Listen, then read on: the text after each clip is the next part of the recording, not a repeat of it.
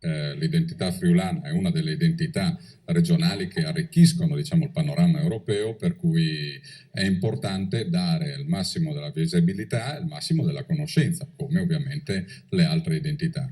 Quest'oggi ci troviamo qui al Città Fiera per celebrare la festa della patria del Friuli, sarà uno degli appuntamenti dei quasi 100 sul territorio, per cui siamo contenti un po' di dare questo contributo in una bella mostra organizzata anche in collaborazione con la Società Filologica Friulana, che quest'anno compie 100 anni.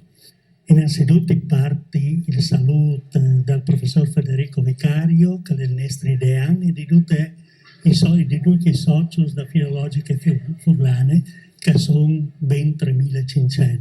Ecco, siamo onorati di essere presenti anche praticamente, quindi anche con un nostro tabellone, con le nostre specifiche iniziative a queste mostre curate dall'Arlef.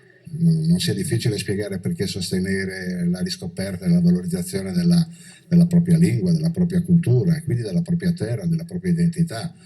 E mai come in questi momenti di grandi comunicazioni con tutto il mondo, quindi di globalizzazione, è importante riscoprire e amare la propria identità per poter riscoprire e anche amare l'identità degli altri. Non vuole essere contro nessuna altra identità e cultura, ma vuole essere una riscoperta del proprio valore per evitare quell'effetto frullato che la globalizzazione corre il rischio di portare.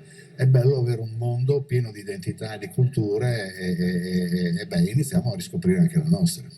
L'importanza è legata anche al fatto che celebriamo oggi, cioè la festa del Friuli il 3 aprile, che ricorda la nascita dello Stato patriarcale. Qui in questa mostra abbiamo degli elementi che ci fanno vedere come è nato il Friuli come territorio non storico, e poi si approfondiscono gli aspetti costitutivi della lingua friulana e anche delle altre lingue della regione.